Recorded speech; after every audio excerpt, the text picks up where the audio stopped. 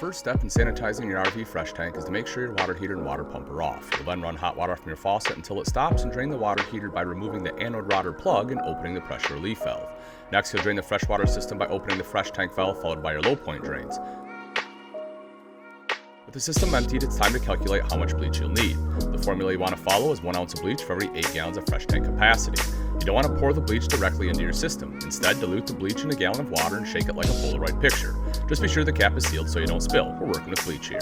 You'll then add this 1 gallon mixture to the fresh tank, fill the fresh tank with potable water, and circulate this through the system by turning on your water pump and opening all faucets and shower heads to let the sanitizing solution move through the entire system. This is generally when most people go to bed, as you need to wait no less than 12 and no more than 24 hours for the bleach solution to properly sanitize but prevent unnecessary damage.